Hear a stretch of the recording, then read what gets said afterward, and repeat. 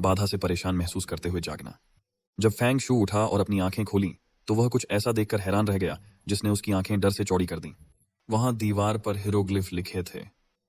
उस समय फैंग सोच रहा था कि उसके साथ क्या हो रहा है और उन हीरोग्लिफ्स को किसने लिखा है। कहीं से वे शब्द गायब हो गए जिससे फैंग और भी तनावपूर्ण हो गया। उसने आंखें रगड़ना शुरू किया, ये सवाल करते हुए कि क्या वह सपना देख रहा है या मतिभ्रम कर रहा है। वह एक बार फिर सोचता है कि उन्होंने जो शब्द देखे थे वह उससे अधिक स्पष्ट और वास्तविक थे। जल्दी से चारों ओर नजर डालकर उसने अपना पैर जमीन पर रखा और महसूस किया कि यह उसका बेडरूम नहीं था। आश्चर्यजनक रूप से फैंग उठा और कमरे की उदास और गंदी उपस्थिति पर ध्यान दिया। उसने मेज की ओर देखा, उम्मीद में कि उसे इंस्टेंट नूडल्स कप मिलेगा जिसे उसने कल रात खाया था, और 2 टिश्यूज जो उसने हाथ साफ करने के लिए इस्तेमाल किए थे। आश्चर्य की बात यह थी कि दोनों गायब हो गए। फिर घबराहट से फैंग ने अपना हाथ अपने सिर पर रखा, ये समझने की कोशिश कर कि क्या हो रहा है। अचानक कहीं से नहीं उसके दिमाग में कुछ जानकारी मिली थी। वह किसी तरह अपने समकक्ष के शरीर में प्रवेश कर चुका था। समानांतर ब्रह्मांड में दोनों दानव अनाथ थे, उम्र और उपस्थिति में समान थे, लेकिन उनके जीवन के रास्ते पूरी तरह से अलग थे। मूल फैंग को दयालु लोगों ने पोषण किया और एक महान विश्वविद्यालय में भर्ती किया। इस समानांतर ब्रह्मांड में उन्होंने हाई स्कूल छोड़ दिया और रियल एस्टेट में सेल्स पर्सन के रूप में काम शुरू किया, एक अधिक सामान्य जीवन चुनते हुए। फैंग ने अपने हाथ को देखा, यह सोचते हुए कि क्या वह किसी और के शरीर पर कब्जा कर किसी अन्य समानांतर दुनिया में प्रवेश कर सकता है। उन्होंने इस वास्तविकता को स्वीकार करने पर विचार किया, फिर भी दीवार पर लिखे हीरोग्लिफ के उद्देश्य को नहीं समझ पाए। मूल शरीर के मालिक की यादों में ऐसी घटना का कोई रिकॉर्ड नहीं था। जब वह स्थिति पर विचार कर रहा था और व्याख्या कर रहा था तो अचानक उसने एक लड़की की आवाज सुनी कि उसे शहद कहते हैं। वह दंग रह गया क्योंकि यह बहुत अचानक था और अपने वास्तविक जीवन में उसके घर में कोई लड़की नहीं थी। फिर लड़की ने कहा कि नाश्ते का समय हो गया है। फोंग लड़की की तरफ धीरे धीरे देखा और पाया कि वह बहुत सुंदर थी। वह अभी भी शहद शब्द पर सोच रहे थे, ये सवाल करते हुए कि क्या उन्होंने अपने वर्तमान जीवन में जल्दी शादी कर ली है। उसने दोहराया कि उसका नाश्ता तैयार है और फैंग को आश्वस्त किया कि वह इसे खा सकता है। उस पल में फैंग थोड़ा खुश महसूस कर रहा था, ये सोचते हुए कि समय यात्रा इतनी बुरी नहीं थी। यह विचार आंशिक रूप से लड़की की सुंदरता से प्रभावित था। फैंग ने यह भी सोचा कि उसे अपने पिछले जीवन में इतना सुंदर और दयालु साथी नहीं मिलेगा। फोंग चुप रह गया, अपने विचारों में खो दिया, इसलिए वह उसे याद दिलाती रही कि नाश्ता तैयार है। फैंग ने जवाब नहीं दिया क्योंकि वह उलझन में था कि क्या कहना है। वह बहस करता था कि उसे पत्नी, महिला या प्रेमी के रूप में संबोधित करना है। इस विचार से उसने उसे एक बच्ची की तरह उपनाम से बुलाने पर विचार किया, महसूस किया कि यह उसके लिए पूरी तरह से उपयुक्त है। आखिरकार उसने पहली बार उसे नाम से बुलाने का फैसला किया। उन्होंने सोच कि मूल मालिक की यादें मस्तिष्क में सुलभ होनी चाहिए, इसलिए पुनर्प्राप्त करने का प्रयास किया। हालांकि अपनी पत्नी के बारे में जानकारी याद रखने की कोशिश करने के बाद वह जो पाया उससे हैरान रह गया। उसकी पत्नी की कोई यादें नहीं थीं, न ही पसंदीदा चीजें, विकल्प, रंग या खाद्य पदार्थ थे। जब लड़की की बात आती है तो यह पूरी तरह से खाली था। फैंग सोचता है कि लड़की, कथित रूप से उसकी पत्नी, वास्तव में कौन है। उसने उसे देखा लेकिन वह मुस्कुराती रही। उत्सुकतावश उसने उसका नाम और उनका संबंध पूछा। अचानक लड़की का चेहरा भूत भुंद चेहरा में बदल गया और उसने पूछा कि क्या वह उसे देख सकता है। डरते हुए फैंग ने एक अटकलें माफी के साथ जवाब दिया, अपनी भ्रम व्यक्त की और स्थिति पर पुनर्विचार करने का वादा किया। आश्चर्य में लड़की राक्षस में बदल गई। उसका मुंह चौड़ा और खतरनाक था। उसने पूछा कि क्या वह उसे देख सकता है। फैंग पथरी से पथरी उसकी आंखों में अचानक आंसू बहते हुए महसूस किया। एक पल में जीव आगे बढ़ा, उसका सिर काट दिया। अचानक कार्रवाई के कारण उसके शरीर से खून बह गया। वह दर्द से चिल्लाया, सोचकर क्या हो रहा है। बाद में उसे एहसास हुआ कि वह जीवित है। उसने पूछा कि क्या वह सपना देख रहा है। भ्रम ने उसके दिमाग को घेर लिया, लेकिन उसने फिर दीवारों पर हीरोग्लिफ देखे। उसने निष्कर्ष निकाला कि यह सपना नहीं था और अनुमान लगाया कि गायब शब्द संकेत थे, शायद उसे मूर्ख बनाने के लिए।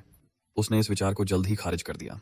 नया मालिक अंधा नहीं था, बस एक साधारण आदमी था जो अपनी पत्नी के बारे में कुछ नहीं जानता था और अकेला रह रहा था। मालिक ने कुछ अजीब नहीं देखा था। इसका मतलब था कि उसने अपनी पत्नी को कभी नहीं देखा था।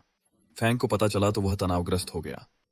वह पत्नी को नहीं बता सकता कि वह उसे देख सकता है क्योंकि पत्नी के बारे में बात नहीं हो सकती थी। अचानक घटना दोहराने लगी जब लड़की ने कमरे में प्रवेश किया और उसे बताया कि नाश्ता का समय है और उसका नाश्ता तैयार है। उस समय फैंग को महसूस हुआ कि जीवित रहने का सबसे अच्छा तरीका दूसरों की अनदेखी करना है और सामान्य जीवन जीना है। इसलिए उसने उसे देखने से बचा और उसकी उपस्थिति को अनदेखा करता रहा। वह जमीन पर बैठी थी और पूछ रही थी कि क्या वह जागा है क्योंकि नाश्ता तैयार था।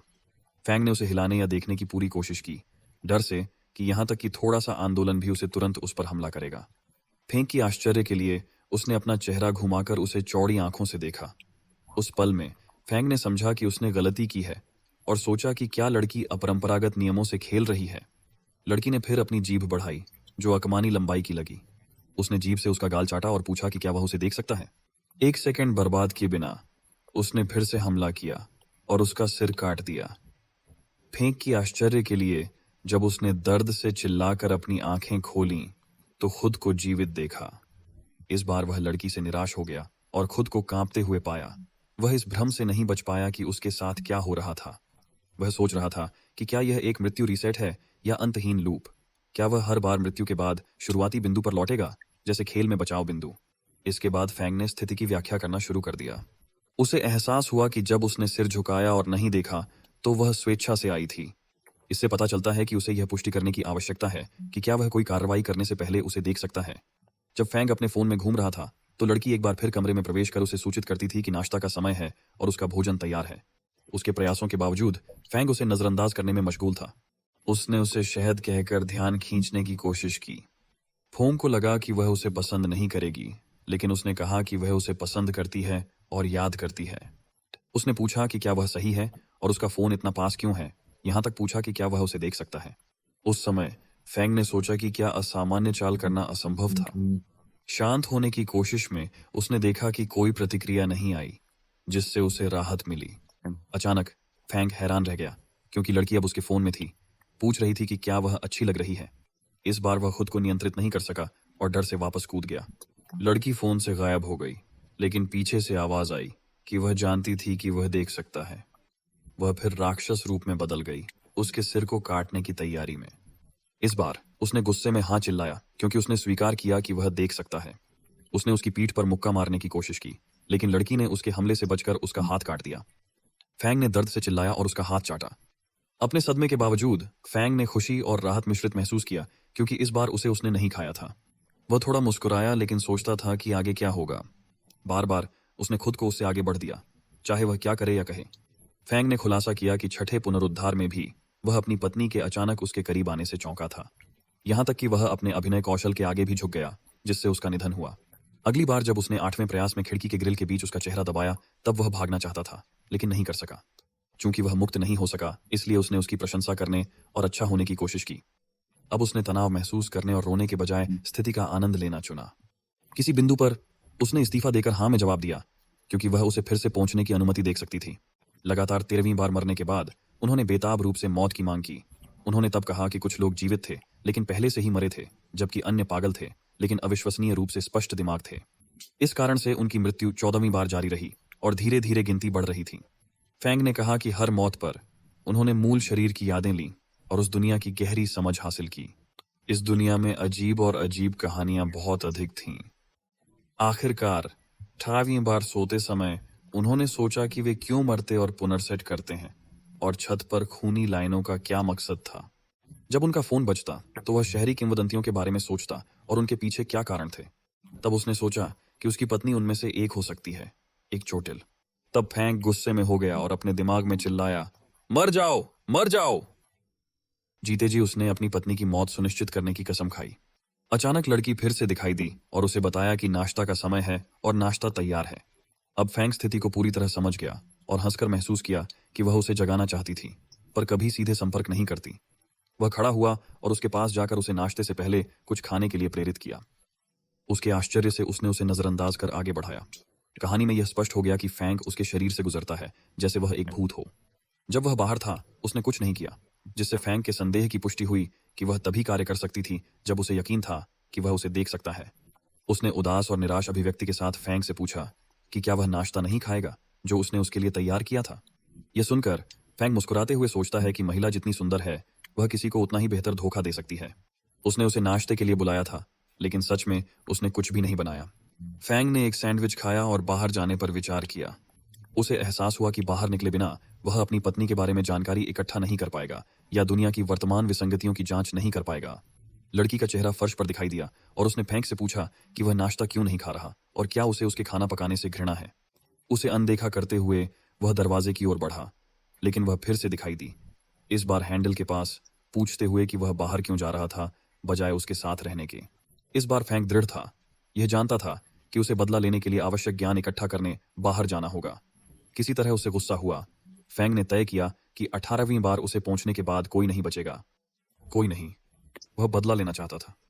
धीरे धीरे वह घर के प्रवेश द्वार की ओर धीरे कदम बढ़ाते हुए बाहर की अज्ञात दुनिया की खोज के लिए दृढ़ निश्चय के साथ आगे बढ़ा। उसने आखिरकार उसे घर लौटने से पहले अजीब स्थिति को समाप्त करने का उपाय सोचा। हालांकि जैसे ही उसने दरवाजा खोला और बाहर कदम रखा, एक उदास दुनिया ने उसे हैरान कर दिया, जिसमें लाल आकाश मंडरा रहा था। फैंग ठिठक गया और सोचने लगा कि क्या यह नरक है या कुछ और भयानक। वहां अनेक अजीब जीव अपने कारोबार में लगे हुए थे। अचानक फैंग ने भयानक स्वर में हंसते हुए कहा कि उसे यह दुनिया कितनी दिलचस्प लगी। लेकिन जैसे ही उसने यह कहा, वह बीमार हो गया और उल्टी हो गई। जब वह उल्टी कर रहा था तो एक छोटी लड़की ने उससे पूछा कि क्या गलत है। उसकी प्रतिक्रिया देखकर फैंग थोड़ी देर के लिए हिचकिचाया। लड़की ने फिर से पूछा कि क्या वह ठीक है। फैंग ने एक राहत महसूस की। वह एक वास्तविक व्यक्ति है। उसने उसके सिर को सहलाया। फैंग ने इस पर हैरान होकर देखा, सोचा कि बेटी होना अच्छा होगा। फिर वह हैरान हुआ क्योंकि लड़की का चेहरा फिर से डरावना हो गया। पूछा कि क्या वह देख सकता है। यह देखकर फैंग तनाव हो गया और अचानक आसपास का वातावरण एक अधिक नरक और खूनी परिदृश्य में बदल गया। फिर देखा, लड़की एक बड्ढे और खतरनाक राक्षस में बदल गई। राक्षस ने फैंग पर हमला किया। पूछा, क्या वह देख सकता है? लेकिन फैंग डरने के बजाय हंस पर ढा। स्थिति को दिलचस्प पाया। उसे एहसास हुआ कि वह बेफिक्र होकर अपने आप को पसंद करने लगा। आखिर में मार डाला। कहाँ डर लगने की जरूरत नहीं है। वे सब मरना होगा। फैंग ने इस संभावना पर उत्साह महसूस किया। उसकी घोषणा के बाद भी लड़की ने बिना कुछ बोले फिर से हमला किया। फिर फैंग ने 20वीं बार खुद को रीसेट किया। अपने कमरे में आराम से सोया। लड़की उसे बेझपक जगाने चली आई। बताई कि नाश्ता तैयार है और उसे उठना चाहिए। तनाव में फैंग सोचता था कि क्या दिन में 20 बार नाश्ता करना वास्तव में उसे भर सकता है। दृश्य फिर बदला। लड़की आई। आंसू भरे चेहरे से पूछा, क्या वह उसे घर ले जा सकता है, क्योंकि वो अपनी मां नहीं पा सकी। उसे तवज्जो न देते हुए फैंग ने आसपास का निरीक्षण जारी रखा। देखा, आधे दिन बाद दुनिया अजीबताओं से भरी लग रही थी। एक प्रकार की इकाई अजीब दिखती थी, तर्कहीन थी। हालांकि वे आक्रामक थे। वे हवा की तरह थे, प्रभावित करने में असमर्थ। दूसरे मनुष्यों जैसे होते, करीबी दोस्तों और परिवार की तरह घुलते मिलते। जवाब मिलते ही उन्होंने अपनी स्त्री की तरह कदम उठाया। भले ही आम लोग उनकी मौजूदगी पर ध्यान न दें, वे किसी के साथ रोल प्लेइंग कर रहे थे। फैंग सोच रहा था कि यह सब क्या है। अचानक उसे एहसास हुआ कि शायद एरी मानव जीवन में घुलने की कोशिश कर रहे हैं। उसके बाद फैंग ने धीरे धीरे दुनिया की खोज शुरू की। खाने का सामान खरीदा और दैनिक कार्य किए। उसने सोचा कि अपने पारिवारिक 3 अंकों के भाग्य के साथ अगर उसे दुनिया की सच्ची प्रकृति समझनी है तो उसे कुछ पैसा कमाने का तरीका खोजना होगा। अचानक फैंग को अपने स्टोर मैनेजर वू दहाई से एक संदेश मिला कि वह दोपहर हो गई है और वह अभी तक नहीं पहुंचा है। मैनेजर ने ध्यान दिलाया कि फैंग इस महीने कितनी बार देर से आया है। देहाई ने यह भी पूछा कि उस महीने तक कंपनी ने कितने ग्राहकों को लाया है। प्रबंधक ने चर्चा की कि फैंग को बोनस और कमीशन क्यों नहीं मिलेगा। इशारा किया कि बिना कुछ किए फैंग कैसे मांग सकता है। फैंग ने कुछ महीने पहले विला बेचने पर मिले कमीशन को याद किया, जिसे अभी तक नहीं मिला था। सोचने लगा कि अगर भुगतान मिला तो यह नई दुनिया में उसे मदद करेगा। फैंग ने जवाब में कहा कि उसने इस्तीफा दे दिया है और व्हाइट विलो अकादमी के लिए कमीशन निपटान के लिए वापस आएगा। उसके बाद वह साइकिल से सफेद विला जगह पहुंचा। दृश्य उम्मीद से अच्छा नहीं था। यह जगह नरक की तरह दिख रही थी। फैंग सोचने लगा कि वह कहां पहुंचा है। फिर वह अंदर गया। एक फोन आया और किसी ने चिल्लाया कि फोन उठाने में इतना समय क्यों लगा। यह उसका दोस्त था। फैंग ने कहा वह ठीक है और पूछा कि दोनों कार्यालय में हैं या नहीं। दोस्त ने हाँ कहा। बताया कि बॉस वू डेहाई ने दर्जनों बार फैंग को फोन किया था और जवाब न मिलने पर वह परेशान हो गया था। फैंग के दोस्त को ओवरटाइम करना पड़ा। फैंग ने कहा कि वह जल्द ही वहां पहुंचेगा और बाद में बात करेंगे। फिर सफेद विलो अकादमी मानसिक अस्पताल की तरह लग रही थी, बावजूद इसके कि दोस्त प्रभावित थे। फैंग सोच रहा था कि अस्पताल फिर से डरावना हो जाएगा, जिससे उसे दिलचस्पी हो गई। जब वह सोच में खो गया तो वह अचानक कुछ से टकरा गया। प्रभाव से फैंग चोट लगी थी, लेकिन वह महसूस कर सकता था कि यह नरम था। बेहद उत्सुक, वह इसे छूने के लिए पहुंचा, सोचकर कि क्या यह संभव है कि वह अस्पताल के मुख्य प्रवेश द्वार पर ठोकर खाया हो। जब उसने उस पर हाथ रखा तो उसे एहसास हुआ कि यह वास्तव में एक लड़की का सीना है। अप्रत्याशित स्पर्श से डरते हुए फैंक पीछे हट गया, लेकिन इससे पहले कि वह प्रतिक्रिया दे सके, उसे लड़की से एक बड़ा थप्पड़ मिला। उस पल में उसका परिवेश सामान्य हो गया और उसने उस लड़की को देखा जिसकी छाती उसने गलती से दबाई थी। लड़की उसे बुरा कहकर चिल्लाती थी और चेतावनी दे रही थी कि वह जाकर उसके खिलाफ शिकायत दर्ज कराएगी। एक गार्ड ने लड़की को चिल्लाते देखकर संपर्क किया और पूछा कि उसके साथ क्या हुआ है और क्या लड़का जियाओ फैंग है, और सवाल किया कि उसने क्या किया है। उन्हें देखकर फैंग थोड़ा हैरान रह गया। जब उसने जगह की जांच के लिए ऊपर देखा तो उसने सफेद विलो अकादमी का बड़ा बोर्ड देखा। वह विश्वास नहीं कर सका, इसलिए उसने अपनी आंखें बंद कर दी और उन्हें रगड़ा, यह समझने की कोशिश की कि वह क्या देख रहा है। वह आश्चर्य में था कि जब उसने फिर से अपनी आंखें खोली तो दृश्य सामान्य हो गया था और पूरी सफेद विलो अकादमी गायब हो गई थी। वह भ्रमित था और सोचता था कि क्या हो रहा है। तनावपूर्ण रूप से फैंग सावधानी से अकादमी को छूने के लिए पहुंचा, सोचते हुए कि क्या वह मानसिक अस्पताल को देख सकता है, लेकिन उसके शारीरिक रूप को छू नहीं सकता है। वह थोड़ी देर के लिए हिचकिचाता था। बड़े एहतियात से यह भयानक चीजों के समान प्रतीत होता है जो प्रतिक्रिया मिलने पर ही काम करती हैं। केवल कुछ शर्तें पूरी होने पर ही बातचीत संभव है। दीवार को छूते ही उसका हाथ उससे गुजर गया। संतुलन खोते हुए वह दीवार से होकर इमारत में घुस गया। अंदर वह अपने सामने के दृश्य से हैरान रह गए। वह वास्तव में हैरान था क्योंकि मुख्य हॉल, कैफेटेरिया और गतिविधि कक्ष सहित पूरा क्षेत्र पूरी तरह से खाली था और आसपास कोई नहीं था। हालांकि वार्ड क्षेत्र में खून की गंध थी जिससे उसकी बेचैनी बढ़ गई। उसे बिस्तर पर एक लड़की दिखाई दी जब वह वार्ड में घुसा।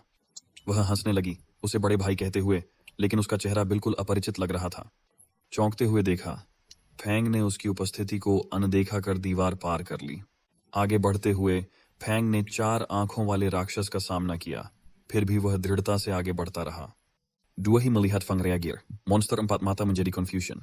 धीरे धीरे उसने कई प्रकार के भूत और राक्षस देखे, फिर भी उनकी गतिविधियों पर प्रतिक्रिया नहीं दी। वह थोड़ा राहत महसूस कर रहा था। मानसिक अस्पताल में अजीब चीजें थीं और वार्ड के दरवाजे खुले थे। हालांकि अजीब चीजों के भागने की संभावना भी थी, इसलिए उन्हें उन घृणित भूतों के सामने शांत रहना पड़ा। वह भयानक जगह पर मुस्कुराते हुए अपनी शांति की ताकत को अपनी पत्नी को समर्पित करता था। उन्होंने अपने भीतर उस शांति को जन्म देने के लिए लगातार 18वें बार उसे पहुंचने का श्रेय दिया। इसके बाद उन्हें एहसास हुआ कि कुछ केस स्टडी और डेटा के साथ वह उपयोगी जानकारी एकत्र कर सकता है। अपने आश्चर्य के लिए वह एक नोट पर ठोकर खाते थे जिसमें एक प्रयोग की जानकारी थी, जिसमें किसी को कुछ अजीब में बदल दिया गया था। नोट देखकर वह सोचता था कि क्या यह संभव हो सकता है कि सभी प्रदर्शन कभी लोग थे और वार्ड में वे सभी भूत जीवित व्यक्ति थे। जब उसने रिपोर्ट तक पहुंचने की कोशिश की तो उसने खुद को असमर्थ पाया, जिससे उसे एहसास हुआ कि सभी भूत भ्रम थे, क्योंकि वह रिपोर्ट तक पहुंच भी नहीं सकता। अचानक उसे चेहरे पर बाल बहने लगे। उन्होंने हिलने की कोशिश की, फिर खुद को रोक लिया, ये महसूस करते हुए कि वहां कोई है। इसलिए सच में छत से एक भूत लटका हुआ था और वह उसके पास आई थी। उन्होंने पूछा कि क्या फैंग आया है और क्या वह जीवन के रहस्यों का पता लगाना चाहता है। उस समय फैंग ने कहा कि चूंकि कार्यालय में सुराग हैं, इसलिए कहीं और भी होने चाहिए और सवालों के जवाब मानसिक अस्पताल के केंद्र में निदेशक के कार्यालय में होना चाहिए। इसलिए वे सीधे स्रोत के पास गए। छत पर लटका हुआ भूत हैरान था कि वह जवाब नहीं दे रहा था, इसलिए उसने कुछ नहीं किया। आगे बढ़ते हुए उन्होंने पाया कि मानसिक अस्पताल का कार्यालय क्षेत्र बिक्री भवन के साथ ओवरलैप कर रहा था। उन्होंने देखा कि पहली मंजिल पर कोई निदेशक कार्यालय नहीं था, इसलिए वे ऊपर चले गए और उस जगह को ध्यान से देखा। जब वह सीढ़ियों की तरफ बढ़ा, उसने देखा कि उसके दोस्त झाओ और बॉस वू खड़े थे। देहाई ने फैंग से गुस्से में पूछा कि जब उसे निकाल दिया गया था तो वह कैसे काम करने की हिम्मत कर रहा था और क्या उसे यह पता था। हालांकि फैंग ने देहाई के कह रहे बातों पर ध्यान नहीं दिया। वह आगे बढ़ा, देहाई को एक तरफ धकेल कर सोचता था कि क्या दूसरी मंजिल पर कुछ नहीं है। फैंग के इस व्यवहार से झाओ भ्रमित और हैरान था कि फैंग क्या कर रहा है। तभी देहाई चिल्लाकर पूछने लगा कि फैंग ने उसे धक्का देने की हिम्मत कैसे की और क्या वह पागल हो गया है। हालांकि फैंग ने कोई जवाब नहीं दिया और सीधे सीढ़ियों पर चढ़ते हुए अगली मंजिल की ओर बढ़ता रहा। इस पर देहाई ने पूछा कि फैंग क्या कर रहा है और उसे तीसरी मंजिल पर जाने की अनुमति किसने दी। देहाई ने फैंग को रोकने की कोशिश की, उसे याद दिलाया कि उसने उसे निकाल दिया था और इसलिए वह तीसरी मंजिल पर ऊपर नहीं जा सकता। चूंकि फेंक नहीं रुका, देहाई ने झाओ से अपने साथ आने और फेंक को आगे जाने से रोकने को कहा। यह सुनकर झाओ पहले भ्रमित हो गया, सोचकर क्या हो रहा है, लेकिन जल्द ही ठीक के साथ जवाब दिया। इस दौरान फैंग को निदेशक का कार्यालय मिल गया। जब फैंग ने निदेशक के कार्यालय का दरवाजा खोलने की कोशिश की तो झाओ और देहाई चिल्लाए और उसे रोकने के लिए कहा, लेकिन उसने उन्हें नहीं देखा और दरवाजा खोलने के लिए जारी रखा। यह देखकर देहाई डरने लगी और चिल्लाया कि उनके लिए सब कुछ खत्म हो गया। लेकिन जैसे ही फैंग ने दरवाजा खोला, वह हैरान रह गया जब उसने निर्देशक का कमरा देखा। वांग झाओ नाम का एक लड़का ली फेई फेई नाम की प्यारी लड़की के साथ प्यार कर रहा था। फैंग और अन्य को देखकर वे शर्मिंदा हो गए और अपने कपड़े पहनने लगे।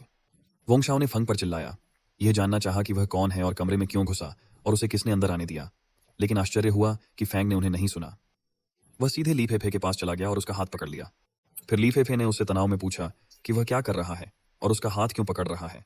असुविधा देखते हुए फैंग अनिच्छा से उसे छोड़ दिया क्योंकि उसे चोट लगती थी। वोंगशाओ ने फैंग से गुस्से में कहा कि उसे यह नहीं करना चाहिए। वांग शाओ ने हाई को बुलाया और फैंग का हाथ काट दिया। स्थिति की अजीबता में फैंग ने अचानक ली फेई को एक तरफ फेंक दिया, चिल्लाया कि यह शोर कर रहा था। ली फेई ने पूछा कि कैसे फैंग ने उसे धक्का दिया, लेकिन फैंग वास्तव में उसे नहीं देख रहा था। वह पत्र पढ़ने के लिए उत्सुक था। पत्र देखने के बाद वह तनावपूर्ण चेहरे के साथ अजीब तरह से मुस्कुराया, क्योंकि उसे एहसास हुआ कि मानसिक अस्पताल में बड़ा रहस्य छुपा है। इसलिए पत्र में यह फैंग के अब तक के सवालों के बारे में लिखा गया था और लेखक को पहले से ही पता था कि वह अपने सवालों के उत्तर प्राप्त करने के लिए वहां था। पत्र में खुलासा किया गया कि उन्हें जो कुछ भी जानना चाहिए वह ग्रीन माउंटेन मेंटल हॉस्पिटल के समुद्र भवन कमरे नंबर 520 में छोड़ दिया गया था। इसलिए यह फैंग के लिए लिखा गया था कि वह जाकर वास्तविकता को खोजें, क्योंकि वहां उसे चुनने का मौका भी मिलेगा। भाग्य के उपहार को स्वीकार करना और संजोना फैंग पर निर्भर करता था।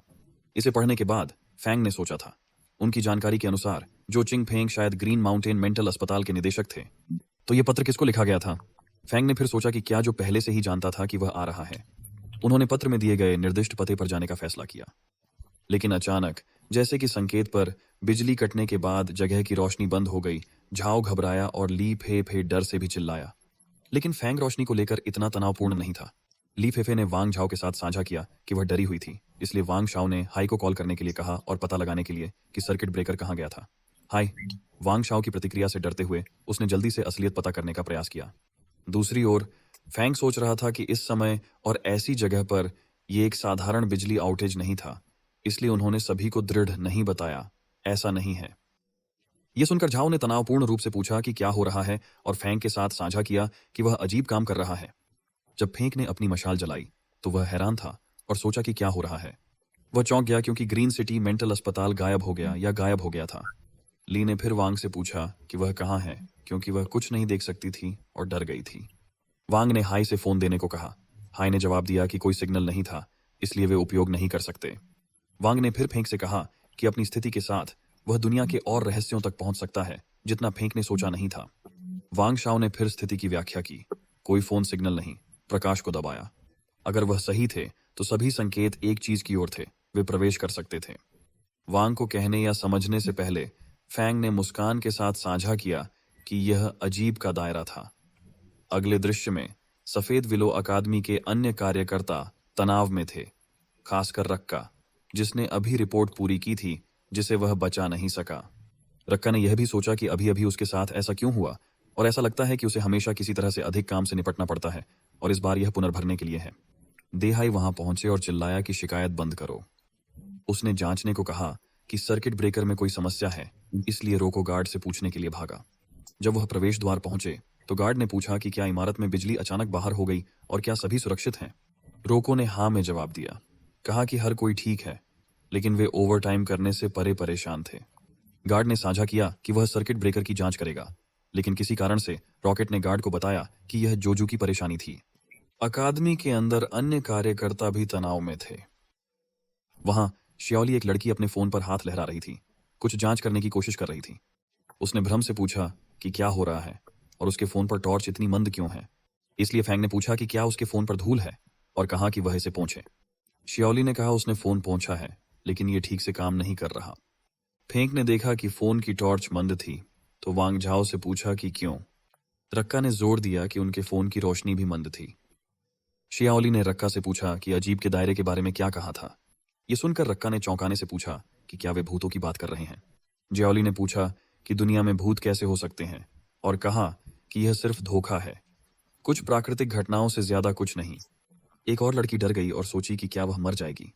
हंगामा सुनकर वांग शाओ ने गुस्से से चिल्लाया कि वे बकवास बंद करें और चुप रहें। वांग शाओ ने चिल्लाया और सभी को शांत करने के लिए कहा, जोर देकर कि वह उन्हें जो बताने जा रहे हैं वह महत्वपूर्ण है और यह इस बारे में है कि वे जीवित रह सकते हैं या नहीं। यह सुनकर सभी हैरान रह गए और वांग शाओ की ओर सवालिया नजरों से देखने लगे। वांग शाओ ने फिर साझा करना शुरू किया कि जिस दुनिया में वे रहते हैं वहां भूत हैं और अजीब क्षेत्र भूत का क्षेत्र है। वे इसे वैकल्पिक आयाम, भूतों की दुनिया या भूत क्षेत्र कह सकते हैं। वांग शाओ ने जो कहा वह सुनकर अब सभी हैरान थे। रक्का ने पूछा कि सुरक्षा गार्ड लाओ कहाँ है, क्योंकि वह सर्किट ब्रेकर की जांच करने गया था और अभी तक वापस नहीं आया था और 3 मिनट बीत चुके थे। वांग शाओ ने गंभीरता से जवाब दिया कि अजीब क्षेत्र में आम लोगों को सावधान रहना चाहिए और भूत के नियम का उल्लंघन नहीं करना चाहिए, अन्यथा मृत्यु सुनिश्चित है। देहाई घबरा रहा था, इसलिए उन्होंने पूछा कि अब क्या करना चाहिए। वांग शाओ ने जवाब दिया कि उन्हें जल्दी से अजीब क्षेत्र से बचने का रास्ता खोजने की जरूरत है, अन्यथा सभी भूतों द्वारा नष्ट हो जाएंगे। अचानक सभी के लिए आसपास का वातावरण बदल गया और इसे देखकर वे चौंक गए, सोचते हुए कि उनके आसपास के वातावरण में कहीं से नहीं हुआ था। फैंग ने इसे नहीं दिखाया, लेकिन वह भी तनाव में था क्योंकि वह आसपास के माहौल को पहचानता था। यह उसके लिए एक परिचित भावना थी और वह जानता था कि यह गलत नहीं हो सकता। यह एक भूत की उपस्थिति थी। फैंग ने सभी को बताया कि फिर से एक भूत दिखाई दिया। यह सुनकर वे डरने लगे और फैंग से पूछा कि वह इस समय क्या बात कर रहा था, क्योंकि भूत के कोई संकेत नहीं थे। लेकिन वे सभी अपने चारों ओर नहीं देख रहे थे और बिना किसी ध्यान के शियाओली पर भूत ने हमला किया। वह चिल्ला भी नहीं सका क्योंकि उसका मुंह भूत के हाथों से बंद था। पूरी घटना को फैंग ने देखा। एक लड़की ने फिर पूछा कि भूत कहाँ है, क्योंकि ऐसा लग रहा था कि फैंग सिर्फ उन्हें डराना चाहता है। जवाब के बिना फैंग ने कहा शैली जा चुका है।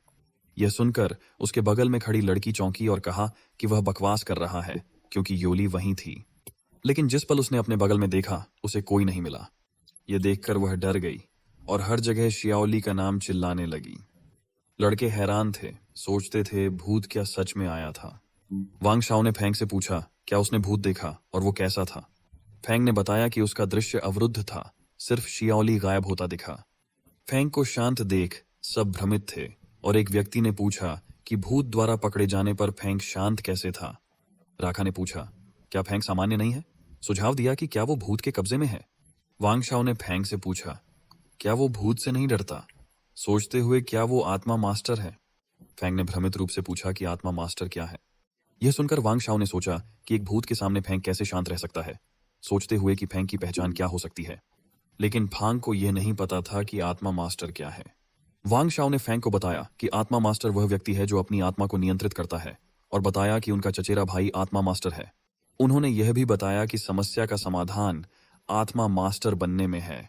और यह सुनकर फैंग मुस्कुराया और पूछा कि क्या आत्मा मास्टर को अजीब क्षेत्र में प्रशिक्षित किया गया है और कैसे किया जाएगा। वांग शाओ हैरान रह गया, यह देखकर कि फैंग अभी भी ऐसी स्थिति में तेज निर्णय ले सकता है। शायद फैंग अजीब के क्षेत्र से उनके बचाव में मदद कर सकता है।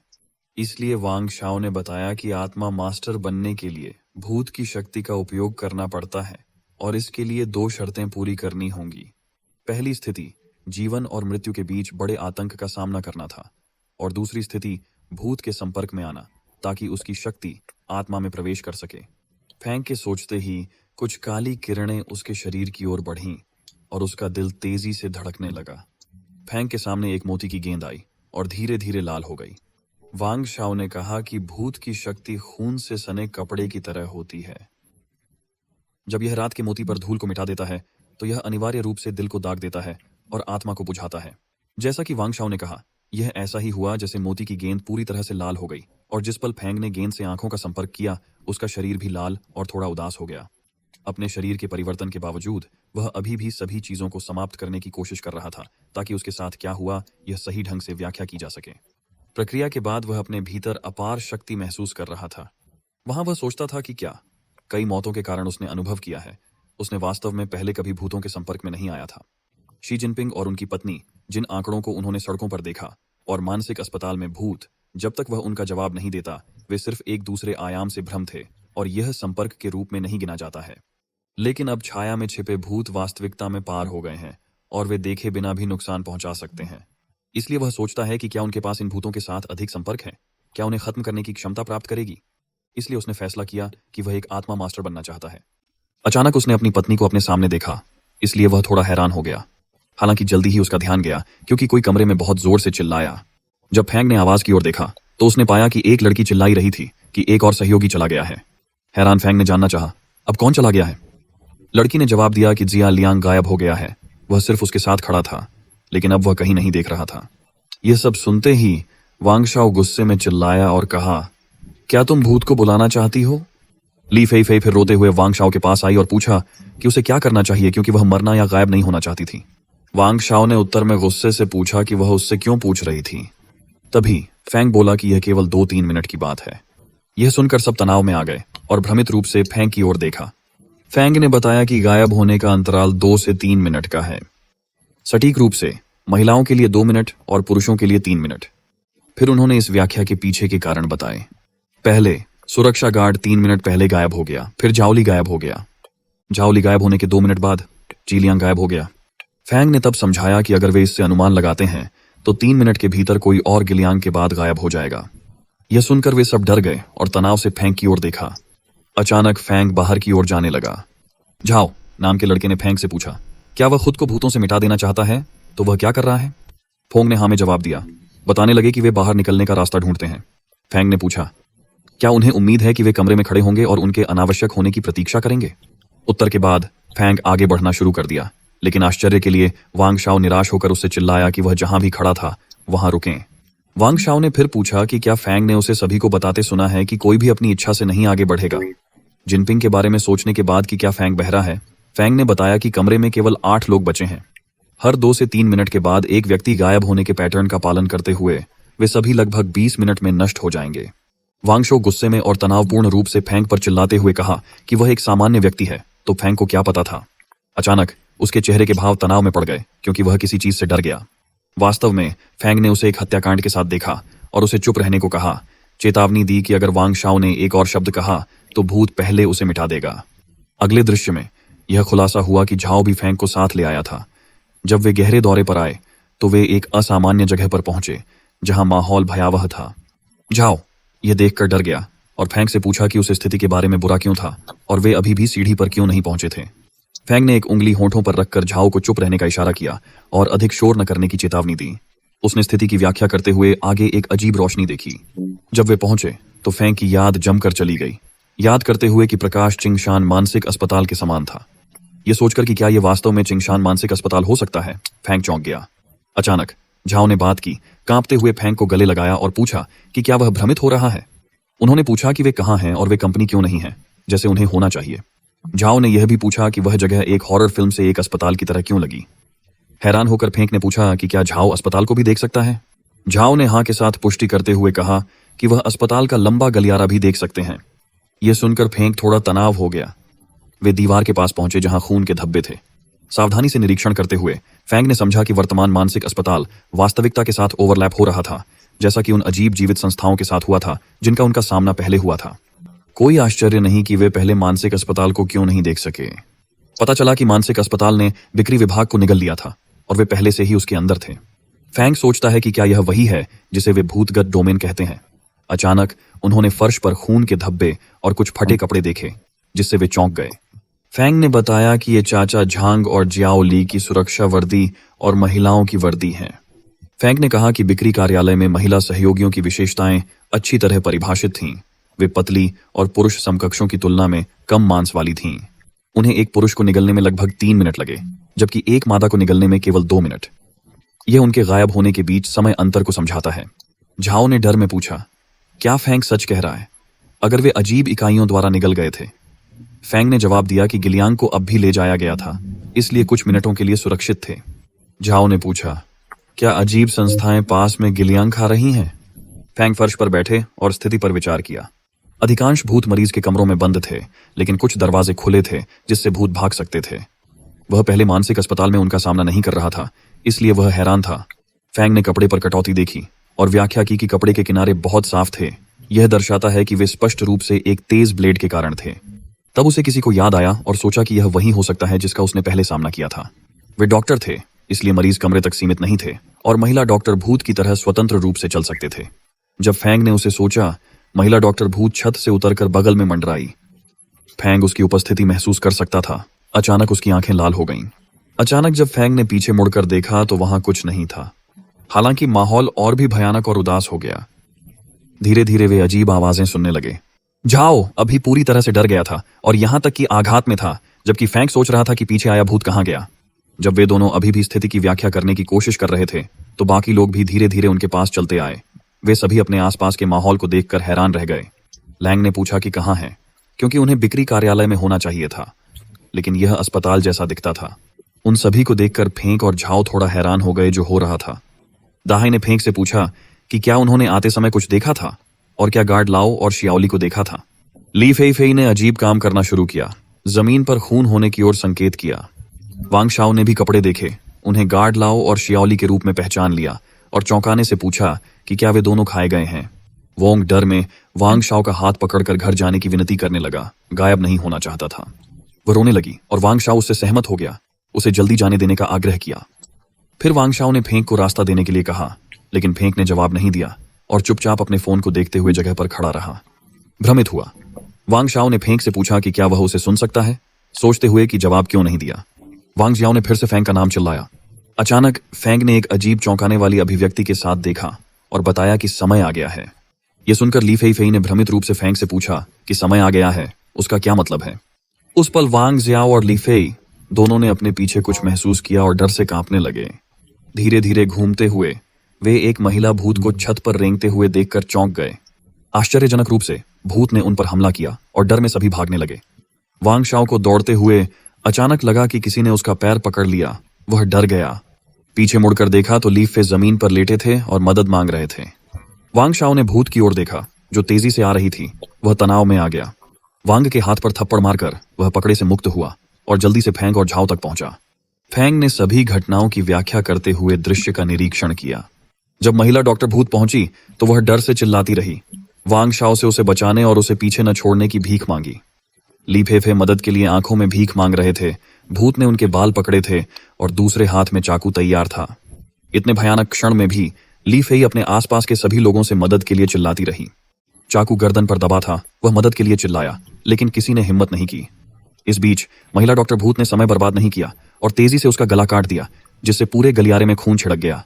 उनके सामने जीवित मौत को देखते हुए झाओ हैरान था और सभी को घोषणा की कि ली फेई की मृत्यु हो गई थी। डॉक्टर भूत ने चाकू का सटीक इस्तेमाल कर कपड़े और वोंग काटने लगे।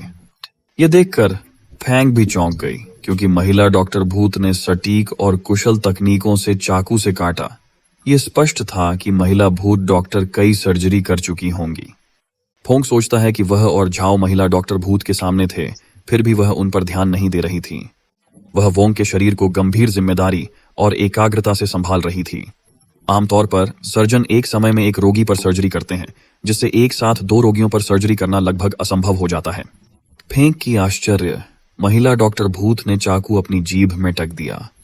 उसने वांग का सिर पकड़ा और सीधे अपने मुंह में डाल दिया। इसे देखकर फेंक ने झाओ से साझा किया कि मनुष्यों का उपभोग करने की वृत्ति उसके पैटर्न का परिणाम हो सकती है। यह सुनकर झाओ हैरान था और भ्रम से फेंक की ओर देखा। अचानक झाओ ने देखा कि फेंग महिला डॉक्टर भूत की ओर बढ़ती है। झाओ ने तनाव से फेंग से पूछा कि वह क्या कर रहा है।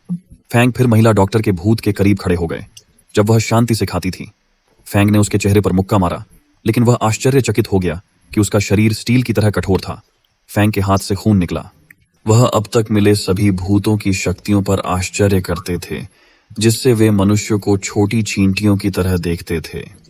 शायद उन्होंने सोचा केवल आध्यात्मिक बनकर ही वे स्थिति बदल सकते हैं। तनावपूर्ण रूप से झाओ ने फेंग को वहां से भागने को कहा, लेकिन फेंग ने जवाब दिया कि महिला डॉक्टर भूत हर बार केवल एक व्यक्ति को निशाना बनाती है और फिर उसे सर्जिकल चाकू से काट कर खा जाती है। दूसरे शब्दों में, जब वह खाती थी यह सुरक्षित था। झाओ ने देखा कि महिला डॉक्टर भूत लगभग खा चुकी थी। फेंग ने झाओ को शांत किया, बताया कि ली फेई पतला है, लेकिन जहां मांस गिना जाता है वहां बहुत है और उसका मांस कम से कम 3 मिनट तक चल सकता है, इसलिए उन्हें जल्दी करने की जरूरत नहीं थी। यह सुनकर झाओ ने घृणा की और उल्टी की। फेंग ने साझा किया कि वांग शाओ ने कहा था कि भूतों की शक्ति को आत्मा में संक्रमित करना जरूरी है। प्रेतित डोमेन में सबसे केंद्रित भूत शक्ति भूतों के चारों ओर होती है और शारीरिक संपर्क तेजी से संक्रमण का कारण बनता है। अचानक वांग के शरीर में भूत से एक अजीब प्रकार की आवाज निकली। यह सुनकर फेंग ने बात बंद की और अपने कानों के पास हाथ लाया ताकि आवाज स्पष्ट रूप से सुन सके। फिर फेंग बैठी और महिला डॉक्टर भूत की जांघ को छूने के लिए पहुंचा। वास्तव में फेंग को ध्वनि में कोई दिलचस्पी नहीं थी, वह जानकारी प्राप्त करने में दिलचस्पी थी। वह धीरे धीरे हिचकिचाई और उसकी जांघ को छुआ। यह देखकर झाओ डर गया और भ्रमित हो गया। उन्होंने स्वीकार किया कि वह उसे साहसी मानता था, वयस्क फिल्में देखता था, लेकिन कभी नहीं सोचा था कि उन मोटी भौहों और बड़ी आंखों के साथ फैंक भूत का लाभ उठाने की हिम्मत करेगा। फैंग ने झाओ को बतलाया कि वह कुछ और समय रुकने की सोच रहा था। अगर झाओ डरता था तो वह पहले जा सकता था। झाओ ने थोड़ा सोचने के बाद जोर से कहा कि वह फैंग के साथ ही सब कुछ करना चाहता है। झाओ ने फिर भूत के पास आया और उसकी जांघों को घूरा। झाओ ने धीरे धीरे और हिचकिचाई से अपनी जांघ को छू लिया और जिस क्षण उसने किया उसे एक बहुत ही शांत भावना महसूस हुई। उसने फैंग से कहा कि यह उसकी उम्मीद से बेहतर था। कुछ पल बाद झाओ ने फैंग को बताया कि उसने अपने शरीर में कोई बदलाव नहीं देखा। उसने फैंग से पूछा कि क्या उसने कोई बदलाव देखा है। फैंग ने नहीं। जब झाओ अपनी जांघ को छूता था तो वह बहुत शर्मिंदा महसूस कर रहा था, लेकिन वह अपना हाथ हटाना नहीं चाहता था, इसलिए उसने फैंग से कहा कि वह जारी रखेगा। झाओ ने फिर बताया कि उसने कभी नहीं सोचा था कि पहली बार किसी महिला की जांघ छूने पर वह भूत बनेगा। उन्होंने यह भी कहा कि ये लंबे पैर उनके पूरे जीवन से लंबे थे। ये सुनकर फेंक ने समझाया कि झाओ में कुछ मजबूत अनुकूलनशीलता थी। पहले डर था, लेकिन अब झाओ मजाक कर रहा था, यह दिखाते हुए कि उसमें कुछ क्षमता हो सकती है। फेंक ने अपना मोबाइल फिर से देखा और झाओ को बताया कि उसने उसकी जांघों को छूने में 1 मिनट लगा दिया है। उनका सुझाव था कि 30 सेकंड बाद वे तुरंत दौड़ेंगे, जिससे भागने का पर्याप्त समय मिलेगा। झाओ सहमत हुआ। 30 सेकंड बाद समय आने पर फेंक ने दौड़ना शुरू कर दिया और झाओ को तेज दौड़ने के लिए कहा। भागते हुए झाओ ने पूछा कि क्या फेंक सोचता है कि वे भूत से बच सकते हैं और क्या वह पहले मानसिक अस्पताल में था। वह यह भी सोचता था कि फेंक सब कुछ से इतना परिचित कैसे था। फेंक ने जवाब नहीं दिया, लेकिन सोचने लगा। जब जिनपिंग ने पहली बार चिंगशान मानसिक अस्पताल में प्रवेश किया, उन्होंने अंदर के सामान्य लेआउट और कुछ रास्तों को देखा था। अब वे महिला डॉक्टर से दूरी बनाने के लिए इलाके के लाभ का उपयोग कर सकते हैं। अचानक दौड़ते समय फेंक के चेहरे के सामने कुछ बाल आ गए। वह डर गया, ये मानते हुए कि यह महिला भूत डॉक्टर का बाल है जो उनका पीछा कर रही हैं। उस समय फेंक सोचता था कि यह कैसे संभव है। फिर उसने सोचा कि क्या उसने हत्या के पैटर्न को गलत आंका, क्योंकि कम से कम 2 मिनट भागने का समय होना चाहिए था, तो उसने इतनी जल्दी क्यों पकड़ा। फिर उसे वोंग की मांस की मात्रा याद आई। अचानक जब उसने पीछे मुड़कर देखा तो वह कुछ देखकर हैरान रह गया। समस्या यह थी कि ली फे फे ने सिलिकॉन कवर से नकली छाती बनाई थी और इसलिए वे असली नहीं थे। महिला डॉक्टर भूत धीरे धीरे धीरे से चली। उस समय फैंग को एहसास हुआ कि मूल पोस्टमार्टम में सिलिकॉन नहीं था। महिला डॉक्टर भूत द्वारा मिटाया जाने की बारी फैंग थी। अपने आश्चर्य के लिए उन्होंने खुद को धीरे धीरे अजीब माहौल से गुजरते हुए पाया। अंततः उसने अपनी आंखें खोलीं और यह जानकर हैरान रह गया कि वह अपने 20वें जीवन में वापस आ गया है। लेकिन मोड़ यह था कि इस बार वह अपनी पत्नी के दृश्य पर नहीं गए। भूतों की जांघों को छूने के पल से वह बार बार रीसेट कर रहा था। वह उस समय भी हैरान था जबकि झाओ ने चिल्लाया कि उसकी जांघों को छूने के बाद उसे बर्फ महसूस हुई। फेंक ने फिर सोचा कि क्या मृत्यु रोलबैक एक खेल की तरह घटना के आधार पर काम करता है। पहला स्तर आवासीय क्षेत्र के पास था और दूसरा स्तर किंगशान मानसिक अस्पताल था। चूंकि वे पहले स्तर को पार कर चुके हैं, सेव बिंदु खुद ब खुद दूसरे स्तर पर चला गया। उन्होंने अपने मोबाइल पर नजर डाली और देखा कि 1 मिनट बचा था। यह दर्शाता है कि अभी भी 30 सेकंड शेष हैं। उसे याद आया कि पिछली बार सिलिकॉन के कारण उसकी मृत्यु हो गई, लेकिन उसने कसम खाई कि वह फिर से वही गलती नहीं करेगा। फैंग खड़ा हो गया और झाओ के बाल खींचकर उसे छोड़ने के लिए कहा। झाओ ने अजीब प्रतिक्रिया दी और पूछा कि यह पहली बार था जब वह जांघ को छूता था, क्योंकि फैंग ने थोड़ा छूने के बाद क्यों छोड़ दिया था। फैंग ने समझाया कि ली फे को छूने से पहले और बाद में फे सिलिकॉन से बना था, इसलिए मांस की मात्रा बहुत लंबे समय तक समर्थन नहीं कर सकती थी। यह सुनकर झाओ हैरान हो गया और महसूस किया कि यह इतना बड़ा क्यों महसूस करता है। फिर वे दौड़ने लगे। फैंग ने झाओ को नीचे जाने के लिए कहा। उन्होंने देखा कि सभी उनके सामने दौड़ डच रहे थे। फैंग सोच रहा था कि वे अब भी वहां क्यों थे, यहां तक कि वांग शाओ भी तनाव में नजर आ रहा था। उस समय वांग शाओ भूत के डर से बाहर जा रहा था। अचानक सबको चौंकाकर फैंग तीसरी मंजिल की सीढ़ी से दूसरी मंजिल पर कूद गया। यह अलार्म से डर गया और भूत से उसे अकेला छोड़ने की भीख मांगी। फैंग को देख हाई को थोड़ी राहत मिली, लेकिन फिर भी उसने चिल्लाकर व्यक्त किया कि वह कितना डर गया था, क्योंकि उसने उन्हें भूत समझ लिया था। इस बीच उन्हें देखकर झाओ ने पूछा कि वे धीरे धीरे क्यों दौड़ रहे हैं। जवाब में वांग झाओ ने गुस्से से धीमा पूछा और समझाया कि वे पहले से ही कम 20 मंजिल से उतर चुके हैं, इस बारे में भ्रम व्यक्त करते हुए कि इमारत इतनी लंबी क्यों लग रही है। लैंग ने फिर झाओ से पूछा कि वह इतनी तेजी से कैसे दौड़ा। झाओ ने जोर देकर कहा कि यह 20 मंजिल नहीं हो सकती, क्योंकि वे सिर्फ 3 मंजिल ही उतरे थे। यह सुनकर वे हैरान हुए और लैंग ने झाओ को चेतावनी दी कि महत्वपूर्ण समय में बकवास न करे। उन्होंने धमकी दी कि यदि झाओ दोबारा बकवास करेगा तो वह उसे जोरदार टक्कर देगा। उनके आश्चर्य के लिए वांग झाओ ने बात की, ये समझाते हुए कि भूत दीवारें बना रहे थे। फिर उन्होंने लैंग के कंधे पर हाथ रखकर बताया कि उनके चचेरे भाई ने बताया था भूत भ्रम पैदा कर सकते हैं। उन्होंने यह भी कहा कि जिन लोगों को भूतों ने घेर रखा है वे घूमते रहेंगे और कभी बच नहीं पाएंगे। इससे फैंग और अन्य लोग इतनी जल्दी पकड़े गए क्योंकि वे घूम रहे थे। सुनते ही सभी तनावग्रस्त हो गए, जबकि फैंग ने सोचा कि भूत की दीवारें क्या हैं। उनके गहन विचार के बीच फैंग ने कार्रवाई करने का निर्णय लिया। उसने उनके पास पहुंचकर सुझाव दिया कि जिसके पास ज्यादा सामान है उसे जमीन पर फेंक दें। वांगशाओ ने सहमति जताई और सबको जल्दी से अपने स्थानों को चिह्नित करने का आग्रह किया। सभी ने अपनी असामान्य चीजें फेंक दी। फैंग ने सबको जांच के लिए नीचे जाने का निर्देश दिया। वे धीरे धीरे उतर गए। फर्श पर उतरने बाद झाओ ने अचानक फैंग को रोक दिया। फैंग ने झाओ से पूछा कि क्या गलत है और क्यों रोका। लैंग ने ध्यान से देखा और हैरान रह गया कि वे उन वस्त्रों को फेंक चुके थे जैसे कि उनके सामने मारकर थे। वे चिल्लाने लगे, यह जानकर कि यह फांग का लाइटर और लड़की का पैसा था। लैंग ने चिल्लाया कि उसे लगा कि यह खत्म हो गया है। वे वास्तव में भूत भ्रम की दीवार में फंस गए हैं। उनसे पूछा गया कि अब क्या करना चाहिए, यह जानकर कि अगर भूत ने पकड़ा तो 1 सेकंड में बर्बाद हो जाएंगे। फैंग ने एक वस्तु निकाला और सोचना शुरू किया। इस बीच वांगशाओ ने चिल्लाया, बहस बंद करने का आग्रह किया, क्योंकि आम लोग भूतों की दीवार से नहीं बच सकते। स्थिति को तोड़ने के लिए उन्हें एहसास हुआ कि उन्हें भ्रम के माध्यम से देखने के लिए आध्यात्मिक पर भरोसा करना होगा। वांगशाओ ने फिर पूछा कि क्या किसी के पास आध्यात्मिक रूप से प्रेरक कुछ है। सभी ने वांगशाओ को सवाल उठाते हुए देखा। सबको हैरानी हुई। वांगशाओ ने खुद से सोचा, क्या उसे भूत ने पीछा किया था जिसे पहले जीवन और मृत्यु का अनुभव माना जाता था। उन्हें उम्मीद थी कि वह जल्दी से अपनी आध्यात्मिकता को जागृत कर सकते हैं, और अगर वह आध्यात्मिक बन सकते हैं तो उन्हें परिवार से दबाव नहीं होगा। इसलिए सबने सोचना शुरू किया कि वे अपनी आध्यात्मिक गुणवत्ता की जांच कैसे कर सकते हैं। लैंग ने सुझाव दिया कि वे वैसे ही वांगशाओ ने किया था। इसके बाद सबने वांगशाओ की तरह करना शुरू कर दिया। सबको वांगशाओ का अनुसरण करते देख फेंक निराश हो गया और महसूस किया कि सबका ध्यान भटक चुका है। मानसिक अस्पताल की पिछली खोज को याद करते हुए उसने सीढ़ी को याद किया जो बाहर दाईं ओर थी। हालांकि वह यह नहीं जान सका कि वे किस इमारत में हैं, लेकिन उसने अनुमान लगाया कि लेआउट समान होगा। वांगशाओ ने देखा कि फैंग कुछ और कर रहा है और पूछा कि वह फिर से क्या कर रहा है। फैंग खोज के लिए तैयार था। सोचा कि बेकार प्रार्थना करने के बजाय उसे सुराग खोजने पर ध्यान केंद्रित करना चाहिए। फैंग को इतनी शांति से देखकर वांगशाओ ने सोचा कि फैंग सही नहीं, क्योंकि वह ऐसी स्थिति में बहुत शांत है। शुरुआत से अंत तक फैंग ने भूत का सामना करने पर भी घबराहट का कोई संकेत नहीं दिखाया। जब महिला भूत दिखाई दी तो स्पष्ट रूप से सामने आने वाले फैंग पहले अवसर पर नहीं दौड़े। इसके बजाय वह टक्कर से बचने के लिए दीवार के करीब खड़ा था। वे सभी सीढ़ियों में भाग गए, उनमें से केवल 3 को पीछे छोड़ा।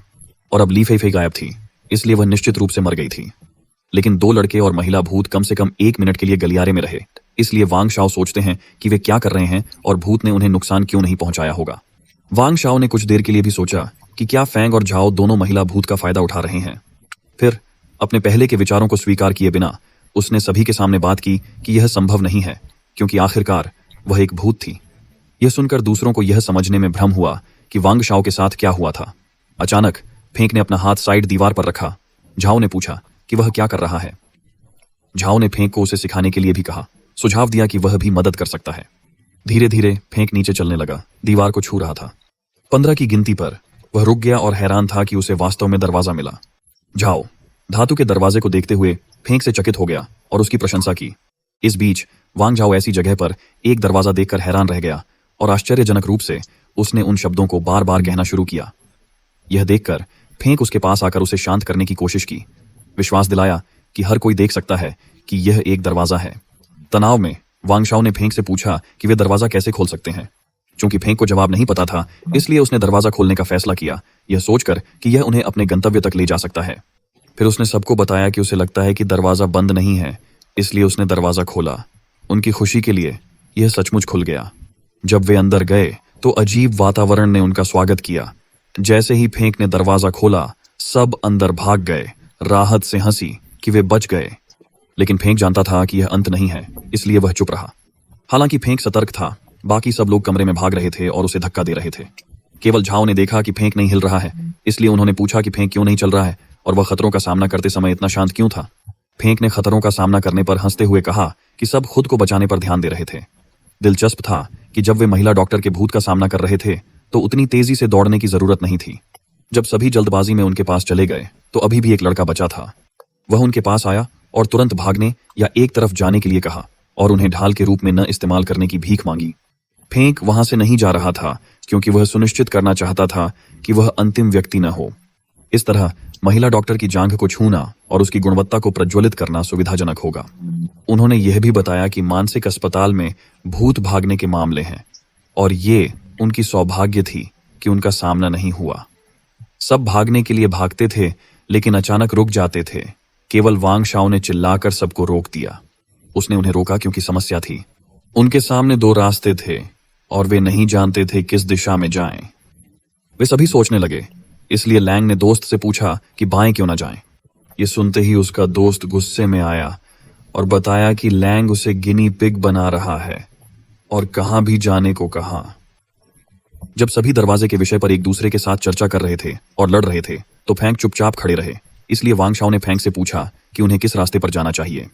सभी ने सहमति दी कि फैंग को भूत की दीवार की घटना के दौरान दरवाजा मिला, इसलिए उसे बाहर निकलने का रास्ता भी पता होगा। ये सब देखकर फैंग नाराज और थोड़ा दुखी था, ये सोचकर कि सभी के साथ क्या हुआ था। भागने के समय उन्हें धक्का देते थे, अब मुसीबत में सब उससे समाधान चाहते हैं। फैंग मुस्कुराते हुए लैंग से पूछा कि वह हंस क्यों रहा है और पहले क्यों नहीं बताया। लैंग ने यह भी उल्लेख किया कि भूत पकड़ रहा था और फैंग अभी भी हवाई अड्डे में था। इसलिए लैंग ने फैंग पर भरोसा किया क्योंकि वह उसकी उपस्थिति महसूस कर सकता था। सुनकर फैंग गंभीर हो गया और महसूस किया कि इससे उसे फर्क नहीं पड़ता क्योंकि वे सभी सिर्फ उपकरण थे। महिला डॉक्टर अजेय थी, इसलिए समय खरीदने के लिए उसे जीवन का बलिदान करना पड़ता था। बलिदान का मतलब था वे सभी भूत के चारा बनेंगे। अचानक उन्होंने सभी को मादा भूत की आवाज सुनी, इसलिए वे सभी खुद को बचाने के लिए दौड़ने लगे। जब महिला भूत आखिरकार आ रही थी तो फैंग खुश हो गया, लेकिन इससे पता चला कि वो दाही लाइन के अंत में भागने की कोशिश कर रहा था। देहाई को पकड़ने की कोशिश में भूत पागल हो गया। वह सभी को हटने और उसे जगह देने के लिए चिल्लाया, लेकिन उनके करीब भूत को देखकर और घबरा गया। वह डर कर भागा, सोचकर कि वह इतनी जल्दी नहीं मर सकता। उसके सामने चुंग नाम का लड़का दौड़ रहा था और देहाई सोच रहा था कि उसे तेजी से दौड़ने के लिए किसने कहा था। उस समय देहाई ने आवेग पर काम किया। उसने चंग को पकड़कर भूत की ओर फेंक दिया, मानते हुए कि यह भाग्य है और वह अभी नहीं मर सकता। देहाई ने उसके साथ ऐसा कुछ करने के बाद चुंग दंग गए। महिला डॉक्टर भूत ने चुंग पर हमला किया, इससे पहले कि वह कुछ कह या कर पाता। देहाई ने हंसकर आश्वस्त किया कि वह छुट्टियों पर उसके लिए धूप जलाएगा। फैंग ने बड़ी बारीकी से सब देखा। दहाई के कामों के बाद उसने सोचा, मानवता खो चुके लोग भूत जैसे होते हैं। उन्होंने और भी कड़ी मेहनत करने का निर्णय लिया, उम्मीद करते हुए कि हताहतों को कम करने के लिए अपनी आध्यात्मिक गुणवत्ता को जल्दी से प्रज्वलित किया जाएगा। फैंग फिर से जांघों को छूने के लिए गया। बाकी सब खुद को बचाने के लिए भाग रहे थे। केवल झाओ ने देखा कि फैंग उनके साथ नहीं था। जब उसने पीछे मुड़कर देखा तो फैंग भूत की जांघों को छूता हुआ दिखा। झाओ ने फिर उनके पास पहुंचे और फैंग से कहा कि भूत की जांघों को छूने और उसे बुलाने के बिना, साझा किए बिना एक एकल दावत करना उचित नहीं था। झाओ ने महिला भूत की जांघों को छुआ और फैंग से कहा कि अगर उसे फिर मौका मिले तो उसे जानकारी दे। झाओ ने छूने के बाद बताया कि त्वचा बहुत चिकनी थी, बर्फ और जेड जैसी। झाओ ने फिर पूछा कि क्या जीवित महिला की जांघ ऐसी होती है और क्या फैंग ने वास्तविक जीवन में इसे छुआ है। उस समय झाओ इतना खुश था कि वह लगातार शर्मा हो रहा था। इसे देखकर फैंग मुस्कुराया, प्रभावित हुआ कि ऐसी स्थिति में भी झाओ आसानी से मुहावरे निकाल सकता है। फैंग सोचता है कि शायद झाओ अपनी आध्यात्मिक गुणवत्ता भी प्रज्वलित कर सकता है। इसके बाद दोनों ने दूसरों से मिलने के लिए दौड़ना शुरू कर दिया। दौड़ते समय फेंक ने झाओ से पूछा कि क्या वह डरती नहीं थी कि महिला भूत डॉक्टर उसे मार देगी। झाओ ने कहा कि मारे जाने की तुलना में इंतजार करना बुरा है। झाओ ने यह भी कहा कि फैंग के साथ होने पर वह थोड़ा आश्वस्त था। यह सुनकर फैंग थोड़ा हैरान हो गया और उसका जवाब नहीं मिला। एक जगह पहुंचकर झाओ ने फैंग को होटल देखने के लिए कहा। फैंग ने देखा कि यह होटल की तरह दिखता था तो उसे भूख महसूस होने लगी। उन्होंने बताया कि ओवरटाइम की वजह से रात का खाना नहीं खाया था और दौड़ने से और भूख लगी। भूखे होने के बावजूद वह वास्तव में कुछ खाना चाहता था। वांग शाओ ने सभी को रोका और कहा कि रेस्तरां में आमतौर पर पीछे के दरवाजे होते हैं। उसने सभी को चारों ओर देखने को कहा। वांग शाओ ने झाओ को भोजन खोजने में जल्दबाजी न करने की सलाह दी, पहले निकास का पता लगाने को कहा। बाहर निकलने के बाद उसने झाओ को दावत का वादा किया, यहां तक कि उसने झाओ के लिए कुछ लड़कियों की व्यवस्था करने की पेशकश की, अगर वह चाहे तो। फेंक ने अजीब तरह से देहाई को देखा और वांग शाओ से कहा कि वह इतना भाग्यशाली नहीं है। अचानक डीहाई जल्द ही वांग शाओ के पास पहुंचा और चापलूसी करने लगा। वांग शाओ ने डीहाई से कहा कि फेंक पर ध्यान न दें, वह खुद उसके लिए एक छेद खोद देगा। कहीं से एक लड़की चिल्लाई कि उसे दरवाजा मिला। यह सुनकर वांग शाओ ने उसे हिलने से मना किया क्योंकि वह खुद इसे खोलेगा। मुस्कुराते हुए वांग शाओ ने सबको बताया कि वे अब सुरक्षित हैं। लेकिन उनके आश्चर्य के लिए जिस पल वांग शाओ ने दरवाजा खोला और वे अंदर कदम रखे, वे उनके सामने दृश्य को देखकर हैरान रह गए, क्योंकि केवल एक दरवाजा था जिससे एक प्रकाश निकल रहा था। इसे देखते हुए फेंक ने सोचा कि क्या एक और भी अंधेरे वातावरण में धीरे धीरे दबे हुए प्रकाश ने सुझाव दिया कि वे भूतों के अधिक आंतरिक स्थान की ओर बढ़ रहे हैं। और यह जीवन का प्रवेश द्वार नहीं था। वांग शाओ ने दरवाजा जांच लिया और सबको बताया कि यह बंद नहीं था। यह सुनकर फेंग ने सोचा कि क्या वे अधिक मृत अंत पर हैं। गेट से गुजरने के बाद वे पीछे एक उपयोगिता कमरा देखकर हैरान रह गए। वांग शाओ ने स्थिति समझी और हंगामा किया, महसूस करते हुए कि यह एक मृत अंत था और वे भूतों के जाल में थे। उस समय फेंग ने सोचा कि क्या उसने गलत रास्ता चुना है। यह महसूस किया कि उसे इसके बजाय बाईं रास्ता अपनाना चाहिए था, लेकिन अब उनके लिए वापस लौटने में बहुत देर हो चुकी थी। फेंग ने सोचा कि दूसरों को बचाने के लिए किसी का बलिदान देना संभव है, लेकिन कोई नहीं जानता कितनी दूर भागना है या कितने जीवन का बलिदान करना है। इसलिए उसने सोचा कि उसके लिए महिला भूत को ढूंढना और फिर से जीवित होना बेहतर होगा। झाओ समझता है कि फेंग क्या सोच रहा है और बताता है कि अगर वह वापस जाता है तो वह उस महिला भूत से मिलेगा। इस चेतावनी के बावजूद फेंग दरवाजा खोलकर वापस जाने पर विचार कर रहा था, लेकिन अचानक सभी ने स्थिति के बारे में बात करने लगी। कुछ लोग सवाल कर रहे थे कि क्या वे वहां फंसे होंगे और कुछ ने फेंग को दोषी ठहराना शुरू कर दिया। वे तर्क देते थे कि यह फेंग की गलती थी, अगर उसने गलत रास्ता नहीं चुना होता और अगर वह रास्ता नहीं जानता था तो फेंग को उनके साथ चर्चा करनी चाहिए थी। अब वे सोचे कि उन्हें क्या करना चाहिए। दूसरों से उन सभी शब्दों और सवालों को सुनकर फेंग मोहित हो गया और एक बुरी हंसी मारी। उन्हें दोषी ठहराते थे। यह दिखाता था कि वे सभी बहुत दिलचस्प लोग थे। फेंग ने इन पंक्तियों को व्यंग्य में कहा। आश्चर्यजनक रूप से फेंग का जवाब देने से पहले झाओ ने चिल्लाया कि भाई फेंग ने उन्हें मजबूर नहीं किया और वह